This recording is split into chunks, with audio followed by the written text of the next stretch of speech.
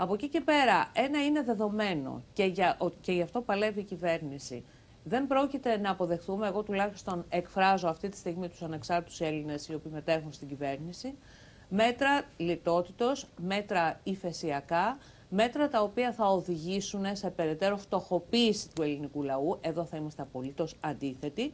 Και βεβαίως, για να απαντήσω σε αυτό που είπατε προηγουμένως, ότι δεν τίθεται θέμα υπογραφής τρίτου μνημονίου. Αυτό σε καμία περίπτωση. Για τρίτο, δεν θα υπάρξει συμφωνία. Δεν υπάρχει τέτοιο θέμα. Δεν θα υπάρξει συμφωνία. Κοιτάξτε να δείτε. Το να υπάρξει συμφωνία, έντιμη συμφωνία.